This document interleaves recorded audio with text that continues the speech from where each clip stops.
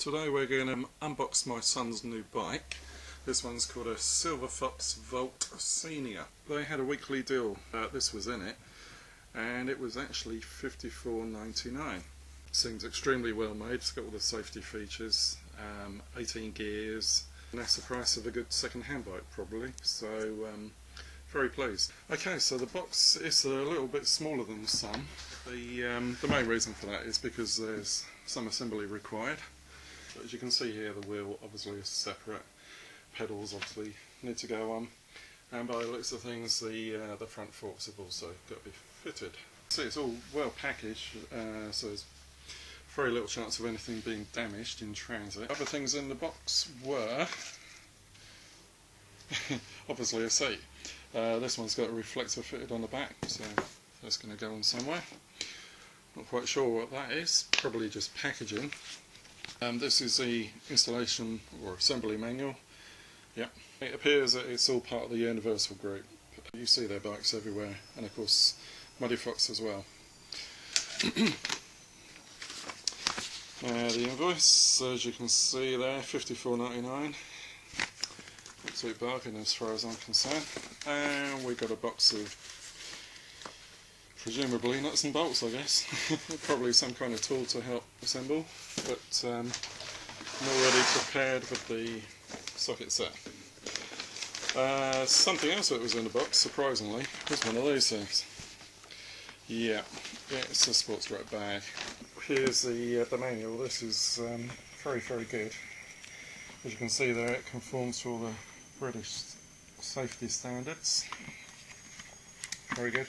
But the assembly guide looks really good. It's got clear pictures and obvious text. I don't think you're going to have too many problems with that. It's all in separate components, so it takes you through all the various installation parts and so on. Just sort of show you that. It's always good to have a good clear manual, because that's obviously what you're going to be relying on to assemble unless you've done one before. So I haven't. So that's going to come in handy. Right, I'm going to get started and we'll come back shortly. Just a quick update on what was in the box. The pedals, which have reflectors on both sides. And if you don't have a socket set, no need to fret, because you get a double-ended Allen key. And this rather useful spanner, so this basically takes care of everything. So here we are about 10 minutes later. I finally got all the packaging off the bike. Assembly is not that difficult actually by the looks of it, because the forks are already fitted. I was wondering how I was going to do that. And also so it's literally put the handlebars in there, fit the pedals, fit the seat, and adjust things, I guess. As you can see by all this pile of cardboard here, it's extremely well packaged. I've got to say, that's fantastic, even if it does take quite a while to get it all off. Okay, I've got the handlebars loosely fitted. They'll need adjusting once I've got the wheel fitted. I'm just fitting the wheel now, and of course to get the wheel on you need to loosen off the V-brake. Okay, I think we have the wheel perfectly aligned. If we give it a little spin there, you can see there's hardly any movement in the wheel at all. So that means I can tighten these nuts up fully and then start adjusting the brakes. Well, a little while later, about half an hour to be precise, we've got it all built.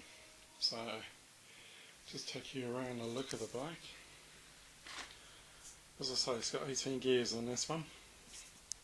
Twist things rather than levers, which I think is pretty standard. Little bell, reflector and so on. There was even protective wrapper and some of these chrome features like the logo and so on, which is a really good touch. It's got the logo on the seat as well.